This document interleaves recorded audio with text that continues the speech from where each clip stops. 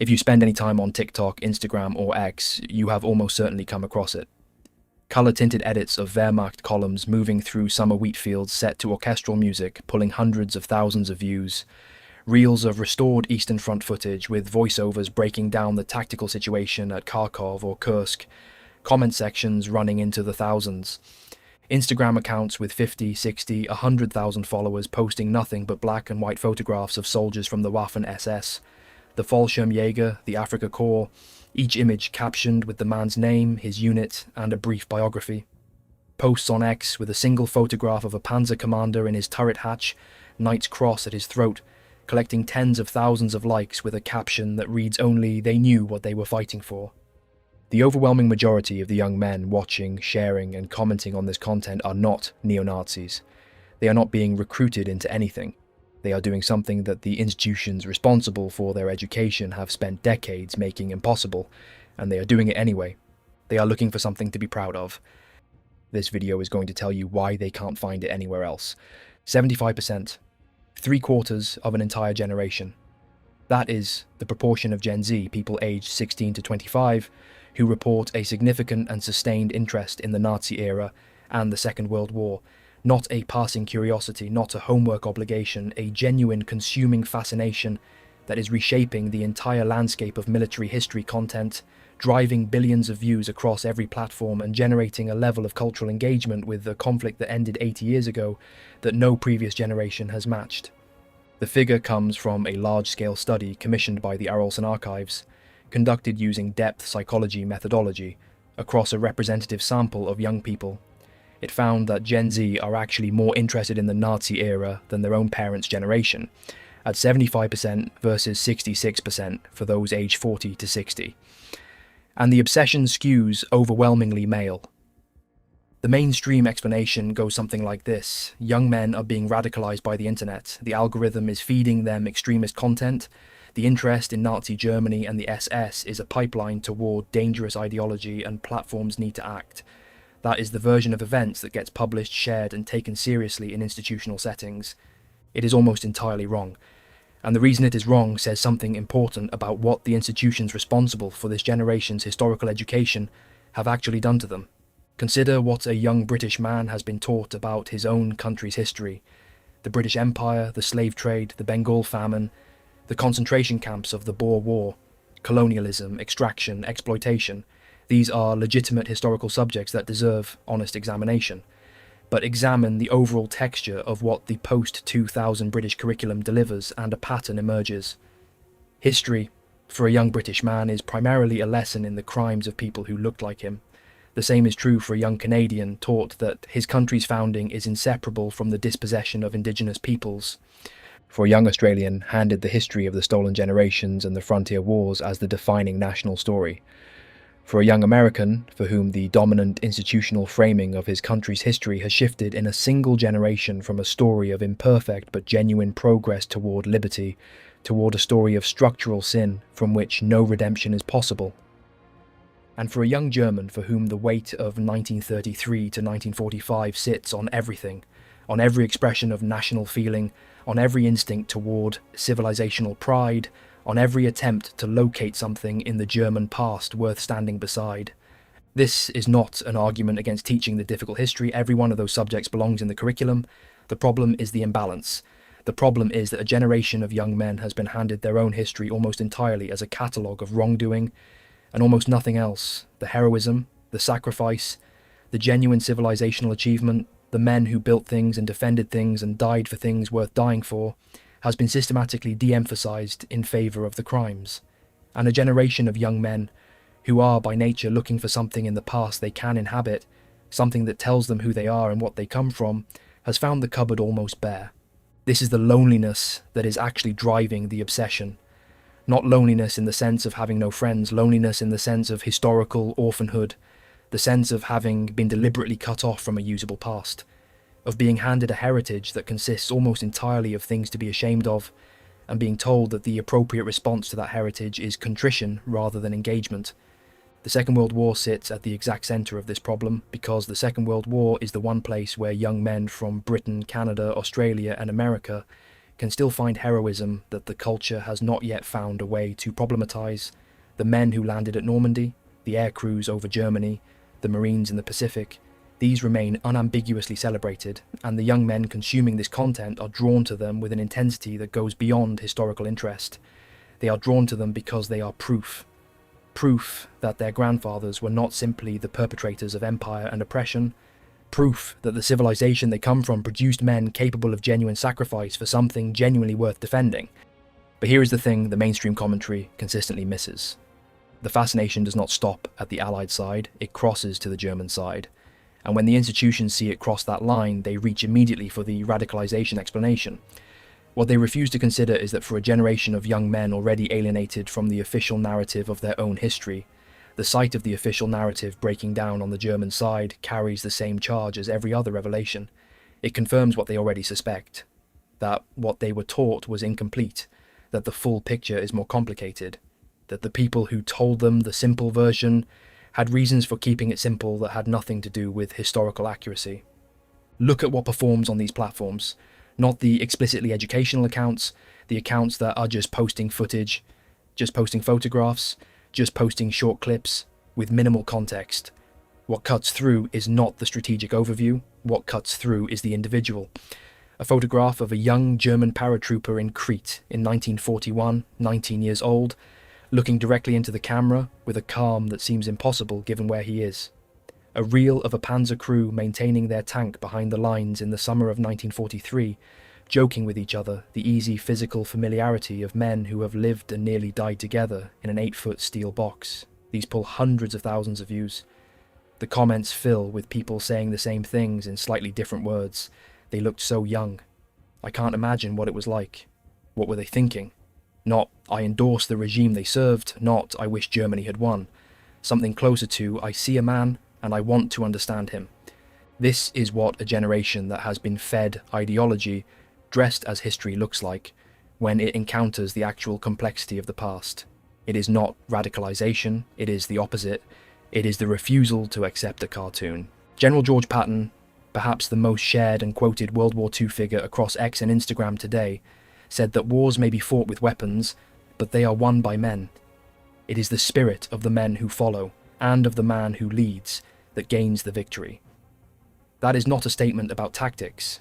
It is a statement about what makes a man's existence matter. Posts of that quote consistently outperform almost every other piece of World War II content on every platform where it appears. Because for young men who have been given a history in which the men who came before them are primarily presented as perpetrators, the idea that those men possessed something worth inheriting is not just appealing, it is necessary. The Brotherhood angle runs through all of this, and it connects directly to the historical alienation. Look at what generates the deepest engagement in the reels and the short-form content. It is never the strategic breakdown, it is the footage of men together. A photograph of a Waffen-SS Panzergrenadier unit posed together behind their half-tracks somewhere in Ukraine in 1943. The body language of 10 men who would die for each other visible in the way they are standing. These generate comment sections that go on for thousands of entries. People are not discussing tactics. They are trying to articulate something the culture has taken from them and not replaced. Rommel understood what it took to build that bond at the level of a man who had spent his entire adult life doing it. In infantry attacks, he wrote, "Winning the men's confidence requires much of a commander. He must exercise care and caution, look after his men, live under the same hardships, and above all apply self-discipline. But once he has their confidence, his men will follow him through hell and high water." The young men sharing that on X without commentary, thousands of likes and no explanation offered, understand exactly what they are sharing. It describes a form of male trust and mutual obligation that their own world has largely dismantled. The institutions that dismantled it have offered nothing in its place except the suggestion that the desire for it was problematic to begin with. Eugene Sledge, a US Marine who fought at Peleliu and Okinawa, and whose memoir, With the Old Breed, is considered one of the finest accounts of combat ever written, described what that bond looked like from the inside. Even in the most horrific conditions, the fierce loyalty between men who had endured together was the one thing that held. It operated at a different register from ordinary friendship entirely. Men who had been through combat together felt for one another with an intensity that had no civilian equivalent. The young men watching Band of Brothers on repeat, clipping it for TikTok with captions that read "Men used to be like this" and "Why don't we have this anymore?" are not primarily watching a historical document. They are holding up evidence, evidence that what they feel the absence of is real, that it has existed, that it is not something they invented or imagined. Now, we need to address the rethinking of the war itself, because this is where the social media content gets most intense, where the institutions become most alarmed, and where the mainstream commentary fails most completely to understand what it is actually looking at. The narrative of the Second World War that dominated Western culture for 80 years was, in its broad strokes, binary and simple. The Allies were the good guys, the Axis were the bad guys. The war was a moral crusade. Good one. Anyone who complicated that picture was at best naive and at worst dangerous. For a generation already primed to distrust the official version of their own history, that binary was never going to survive contact with the internet.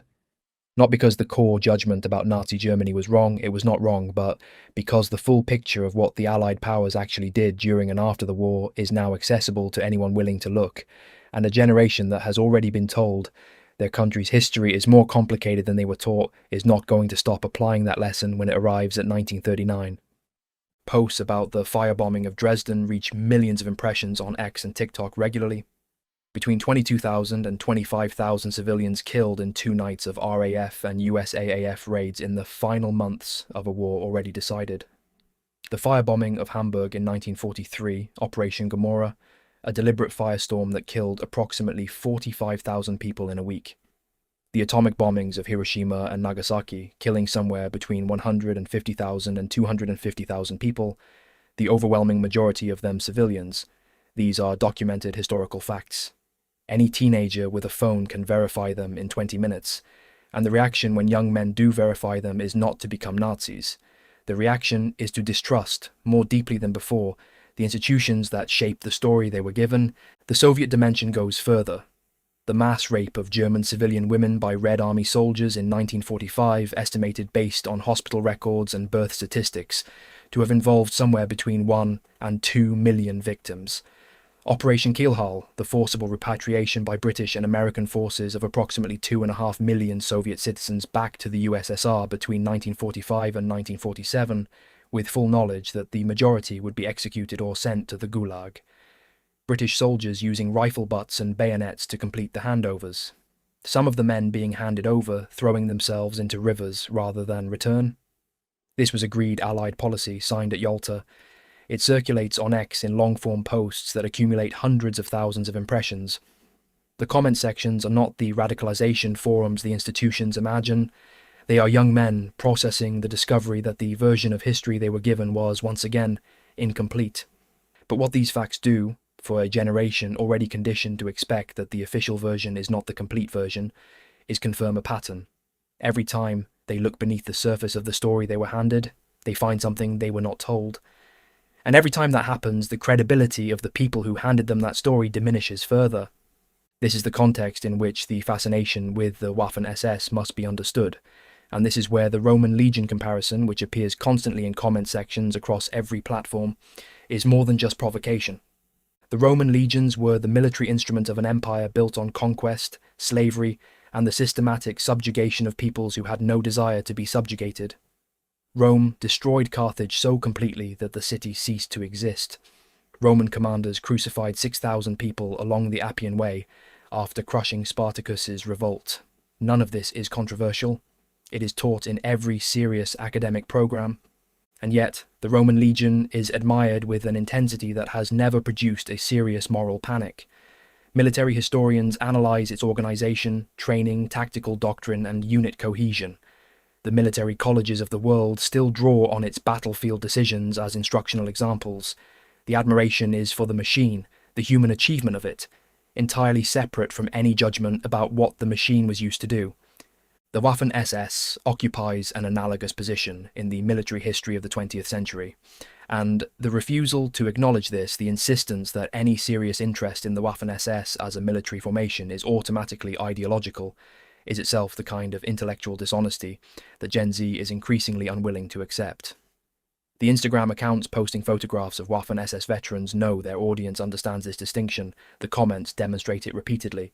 People are discussing training, unit cohesion, tactical doctrine, specific engagements. They are not, for the most part, discussing politics. They are doing what military historians have always done. The only difference is that no one gave them permission to do it. At its peak, the Waffen-SS was arguably the most formidable ground combat force assembled by any nation in the Second World War. Its premier divisions outperformed equivalent Allied and Soviet formations in direct engagement consistently enough that it is simply not possible to study the military history of the conflict honestly without engaging with why. Commanders like Paul Hauser, who rebuilt the SS Panzer Corps after Stalingrad and executed the Third Battle of Kharkov with an operational precision that military historians continue to study, or Felix Steiner, whose training doctrines influenced special forces thinking for decades afterward, are significant figures in the history of military organization regardless of the organization they commanded. Rommel identified the essential principle behind what made these units so dangerous when he wrote that mortal danger is an effective antidote for fixed ideas. The willingness to discard doctrine when doctrine was killing your men, to improvise under pressure, to trust the junior leader's read of the ground rather than the senior commander's map. That is what made the Waffen-SS lethal. And that is what makes it endlessly studied and endlessly shared on every platform where military history exists. The multinational composition of the Waffen-SS is the dimension that the social media content returns to most obsessively, and for good reason. By 1945, the Waffen-SS comprised 38 divisions drawing from virtually every nation in occupied and Allied Europe. French volunteers of the Charlemagne Division fighting in Berlin in the final days of April 1945, defending a city that was not theirs against an army that had already won. Flemish volunteers in the Langemarck Division, Dutch volunteers in the Netherlands Division, Danes and Norwegians in the Nordland Division, Latvians and Estonians fighting what they understood, with justification, as a war of national survival against the Soviet Union that had occupied and brutalized their countries the year before. The Wehrmacht's own propaganda machine understood this dimension better than anyone. Signal magazine, published in 25 languages and distributed to 2.5 million readers across occupied and neutral Europe, framed the war in its January 1942 issue with a precision that its domestic counterparts rarely attempted. German soldiers, it declared, are fighting not for Germany alone. They defend with their bodies the European fatherland, those cathedrals that have not yet been converted to animal stalls. The framing was explicit and calculated. It was aimed at an international audience, and it worked because it addressed something real that has not gone away. The December 1941 issue went further. A map of German victories in Russia carried a caption explaining what those victories had prevented. Soviet armoured forces had been preparing to flood westward. Their advance, the caption stated, would have plunged Europe into unimaginable chaos, from which there could have been no escape. Propaganda. But propaganda that worked by amplifying fears that were genuine, and which men from across the continent acted on. Joseph Goebbels made this framing most explicit at the Berlin Sportpalast on the 18th of February 1943, days after Stalingrad. Before 14,000 carefully selected party members, veterans and workers, he argued that only the German army stood between Europe and the onslaught of Bolshevism. He closed with the line that became the defining phrase of the German war's final phase: Nun, Volk, steh auf und Sturm brich los. Now, people, rise up and let the storm break loose. Whatever one makes of the politics, that sentence understands something about human beings that institutional culture has spent 80 years trying to breed out of young men. It is an appeal to collective urgency, to the willingness to sacrifice for something larger than yourself, to the instinct that makes a man stand up and walk toward the thing he fears. The young men sharing clipped footage of the Sportpalast speech on TikTok, posting the closing line on X, are not endorsing it. They are recognizing what it is speaking to. They feel that call and have nowhere to answer it. The Waffen-SS was, in a dark and deeply ironic sense, the most genuinely pan-European military force ever assembled. 38 divisions, 15 languages, one structure. The European Union, the institution that now defines European political identity, has never produced anything remotely comparable in terms of genuine multinational military integration. That irony appears unprompted in comment sections across every platform, raised by young people with no obvious ideological agenda, simply struck by the historical paradox. It demands examination, not suppression. There is a generation of young Europeans searching for a sense of civilizational identity that the post-war cultural settlement has made almost impossible to express without social cost. The heroes of European military history, the men who held at Thermopylae, who stopped the advance at Tours in 732, who lifted the Ottoman siege of Vienna in 1683, have been effectively orphaned from contemporary European identity by a cultural framework deeply ambivalent about European pride in anything. The young men seeking them out on TikTok, in reels that pull 250,000 views, are not doing so because they want to resurrect National Socialism. They are doing so because the culture handed them a heritage of shame and told them that was all there was. They are refusing to accept it. The masculinity dimension runs through all of this, and it is the most politically sensitive aspect of the phenomenon, precisely because it is the most visible. The posts that perform best in this space are never abstract. A reel of Waffen SS Panzer Grenadiers advancing through a smoke-filled tree line captioned, "They didn't ask to be born in that time." A photograph of a young Fallschirmjäger on Crete, 19 years old, captioned, "No hesitation." These generate comment sections that run for thousands of entries and which the platforms periodically delete, which of course makes the content more sought after. What the comments say, overwhelmingly, is not political, it is personal. Men saying things like, "I don't know what it is about this," something about men being men. Gen Z men are growing up in a cultural moment that pathologizes the instincts the Second World War required and rewarded: competitiveness, aggression in the service of something important, physical courage, the willingness to accept extreme hardship without complaint. These are not presented to young men today as qualities to develop. They are presented as problems to manage, impulses to suppress, symptoms of something that needs treating. The culture has decided that the masculine instinct toward dominance, protection, and sacrifice is dangerous rather than essential, and the result is a generation of young men who feel ashamed of things they did not choose and cannot change. The Second World War is the one space in contemporary culture where that shame dissolves completely. Nobody tells the men who stormed Omaha Beach that their aggression was toxic. Nobody suggests the paratroopers who jumped into Normandy would have been healthier men if they had been less competitive. Patton understood this instinctively. He told his soldiers that every man is frightened in his first battle. If he says he's not, he's a liar. Some men are cowards, but they fight the same as the brave men, or they get the hell slammed out of them watching men fight who are just as scared as they are. The real hero is the man who fights even though he is scared. That distinction between suppressing what you feel and acting in spite of what you feel is one the contemporary culture has almost entirely lost the ability to make. The Second World War understood it completely on both sides. Rommel articulated the German version when he wrote that war makes extremely heavy demands on the soldier's strength and nerves. For this reason, make heavy demands on your men in peacetime exercises.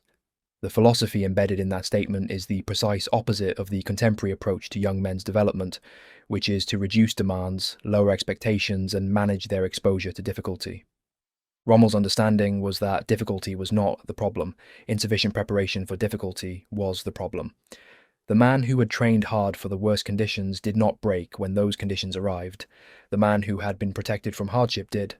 That quote circulates on X among young men without explanation or commentary. Thousands of likes, none needed. They know what they are sharing and why. There is another dimension to this obsession that almost nobody in the mainstream commentary is willing to name, and it may be the most important one of all. Gen Z understands, with a clarity that their parents and grandparents were never encouraged to develop, that the First and Second World Wars were not straightforward victories. They were civilizational fratricides, brothers killing brothers. The men of Britain, France, Germany, Canada, Australia, America, the Dominions, the occupied nations, the volunteers, almost all of them came from the same deep European stock, the same racial and cultural roots, the same Christianity, the same philosophical inheritance, the same artistic tradition, the same martial heritage, and they spent the first half of the 20th century destroying each other at a scale and with an efficiency that the world had never seen and has never matched since. The phrase "no more brother wars" circulates constantly in the comment section. It is dismissed by the institutions as extremist rhetoric. What it actually represents is a generation grappling seriously with a question that the official victory narrative has always suppressed. What exactly did we win? Britain, in 1939, was the centre of the largest empire in human history. It controlled a quarter of the Earth's land surface, its navy dominated every ocean, its currency anchored the global financial system.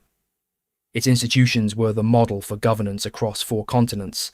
20 years before that, it had survived the First World War.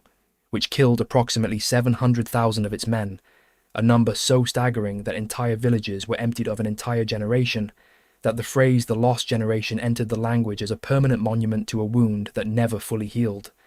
Then came the Second World War, another 400,000 British dead.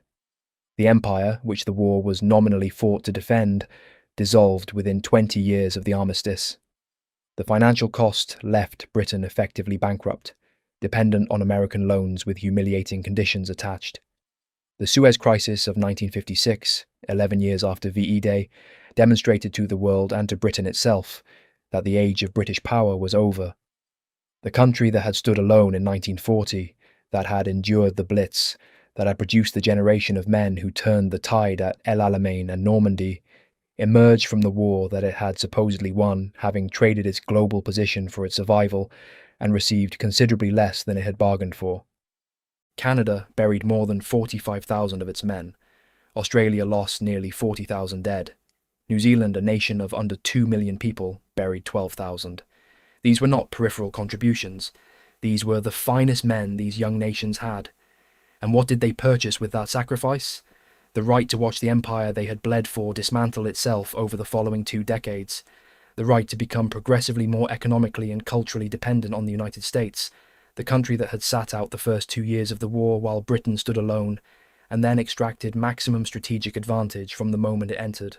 The right to be handed a post-war order designed primarily in Washington, in which the old European civilization that these men had died to defend was decisively replaced by an American-dominated internationalism that had no particular interest in British, Canadian, or Australian civilizational continuity. Germany's experience is the starkest case of all, and Gen Z understands this in a way that previous generations were not encouraged to.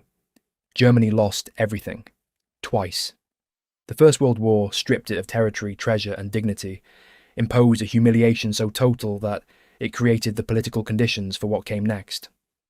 The Second World War killed somewhere between 6 and 8 million of its soldiers, subjected its civilian population to bombing, starvation, expulsion, and mass rape, on a scale that has no equivalent in Western history before or since, divided the country for 40 years, and left the German nation in a position of permanent moral probation from which it has never been fully released. The weight of 1939 to 1945 sits on Germany today as heavily as it did in 1950.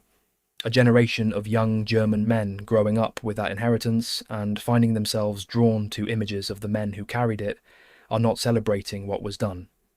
They are searching for a way to understand how men who were not fundamentally different from themselves ended up where they did, doing what they did, in a history that nobody allowed them to examine honestly.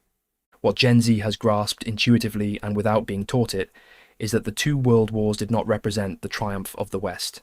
They represented its catastrophic, self-inflicted decline. The combined military dead of the major Western combatants across both wars runs into the tens of millions. These were not anonymous statistics. These were the strongest, most willing, most capable men that each nation could produce. The men who would have built the next generation of institutions, businesses, families, and ideas. The men who would have led. They were fed into the industrial machinery of modern warfare, and they did not come back. And the civilizations they came from have never fully replaced what was lost. The idea that these men died fighting each other when they shared so much, when the German soldier and the British soldier and the Canadian soldier and the French soldier came from the same civilizational root, when their great-grandparents had lived in a Europe where these conflicts would have been unthinkable in the form they eventually took, sits at the heart of the social media obsession with this war in a way that no mainstream commentator wants to acknowledge. The comment under a photograph of a dead young German soldier and a dead young British soldier lying on the same piece of ground in Normandy, which reads simply, "They should never have been fighting each other," is not a neo-Nazi sentiment. It is a recognition of civilizational tragedy, and it is a recognition that the generation which was supposed to celebrate victory has never been willing to make, because making it would require admitting that the victory narrative has always been incomplete. Gen Z has not been given the victory narrative and found it insufficient. They have been given the guilt narrative, the crimes narrative, the irredeemable past narrative, and found it a lie by omission. What they are finding in the footage and the photographs and the unit histories and the reels with hundreds of thousands of views is the thing that was never put in the curriculum, the shared humanity of the men who fought, the waste, the brotherhood that existed even across the line of battle, the question of whether any of it was inevitable or whether it was a catastrophe that a different set of choices could have prevented. Rommel himself, the most discussed German commander in this online space by a significant margin, identified the essential humane principle when he wrote that one must not judge everyone in the world by his qualities as a soldier. Otherwise we should have no civilization. He was not excusing the regime he served. He was recognizing that military capability and moral judgment are separable categories, and that conflating them produces neither good history nor good ethics. The TikTok creators and the Instagram accounts posting about these men are, by and large, making the same distinction. It is a distinction the institutional world has consistently refused to credit them with making, because crediting them with it would require acknowledging that the simple version was the problem all along. There is one final dimension worth naming directly. Is this a rebellion? Yes, but not the kind the institutions think it is. It is not a rebellion toward National Socialism. It is a rebellion against historical dispossession. It is what happens when you take a generation of young men, give them a history that consists almost entirely of their civilization's crimes, tell them the appropriate response is shame rather than engagement, suppress every instinct they have toward pride or belonging, or the desire to find something in the past worth inheriting and then connect them to the internet. They go looking. Of course they go looking. And when the algorithm serves them a colour-tinted reel of Wehrmacht soldiers moving through a French summer in 1940, set to orchestral music, 400,000 views, and comments that say things like, "They looked so proud and I don't know why this hit so hard," the response is not political. It is the recognition of something that was taken from them. The Orolsen Archive study found that for Gen Z, confronting the Nazi era carries the psychological character of a test of courage, a borderline experience, something that satisfies the attraction of moving into taboo territory. The more vigorously an institution insists that something must not be examined, the more urgently the people subject to that institution feel the need to examine it. And Gen Z, a generation defined by its instinct to go directly to the source rather than accept institutional mediation of information, has applied that instinct to the one subject their entire education told them not to approach without permission. They found that the actual history was more complex, more interesting, and more morally demanding than the version they had been given. They found that the men who lived through it were human beings, rather than cartoons. They found that the questions it raises have not been answered and cannot be answered by people who refuse to look at the full picture. And then they started posting about it, at scale, across every platform, in numbers that suggest not a fringe movement but a generational shift in how young men relate to the past they were handed and the past they are choosing to find for themselves. Patton's most instinctively understood line was not about tanks or terrain. It was about what makes a man worth knowing. He said that a man must know his destiny. If he does not recognize it, then it is still fulfilling itself against his will. Gen Z have found their version of that destiny in the study of a war their grandfathers fought. They have found it in the unit histories, the personal memoirs, the tactical analyses, the examination of how an entire continent descended into the most destructive conflict in human history, and what that descent reveals about what men are capable of at their best and their worst simultaneously. That is not radicalization, that is the most serious historical inquiry a young generation has undertaken in decades. It is happening because the alternative, the approved version, the history as shame, the past as something to apologize for rather than to understand, failed them. It was always going to fail them. And the people trying to suppress the response with content policies and warning labels and algorithmically depressed search results are not making the underlying hunger go away. They are intensifying it. You are watching this video, which means you already know exactly what this feels like. And the reason you found it is the same reason everyone else found it, because no one gave you a better answer.